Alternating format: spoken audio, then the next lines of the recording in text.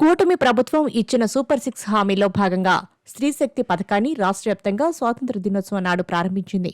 Palle Velugu, ultra Palle Velugu, city ordinary, metro express బస్సుల్లో మహిళలకు ఉచిత ప్రయాణం సౌకర్యం కల్పించారు.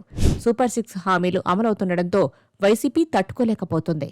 కుట్రలకు తెరలేపుతోంది అనే సమాచారం ప్రభుత్వానికి అందింది. ఉచిత బస్సు ప్రయాణం పథకంపై బురద చల్లేందుకు కుట్ర పన్నుతున్నారంట. వైసీపీ మహిళా విభాగం ఆధ్వర్యంలో పథకంపై తప్పుడు ప్రచారానికి ప్రణాళిక సిద్ధం చేశారని చెబుతున్నారు. సాధారణ ప్రయాణికుల్లా ఆర్టీసీ బస్సులు ఎక్కి గొడవలు చేసేందుకు కుట్ర పన్నుతున్నారట. ఫ్రీ బస్సు పథకం వర్తించని ఏసీ బస్సుల్లో ప్రయాణించి ఉచిత ప్రయాణానికి డిమాండ్ చేస్తూ కండక్టర్లు, డ్రైవర్లతో గొడవ పడాలని ప్లాన్ చేశారని చెబుతున్నారు. ఈ మేరకు వైసీపీ కేంద్ర కార్యాలయం పార్టీ కేడర్కు వాట్సాప్ ద్వారా సమాచారం పంపిందట. ఈ సమాచారంతో కూటమి ప్రభుత్వం ముందు జాగ్రత్తలు తీసుకుంటోంది. పోలీస్ డిపార్ట్మెంటుని అలర్ట్ చేయడంతో పాటు గొడవలు చేసే వారిపై కఠిన చర్యలు తీసుకోమని ఆదేశాలు ఇవ్వటం కూడా జరిగింది.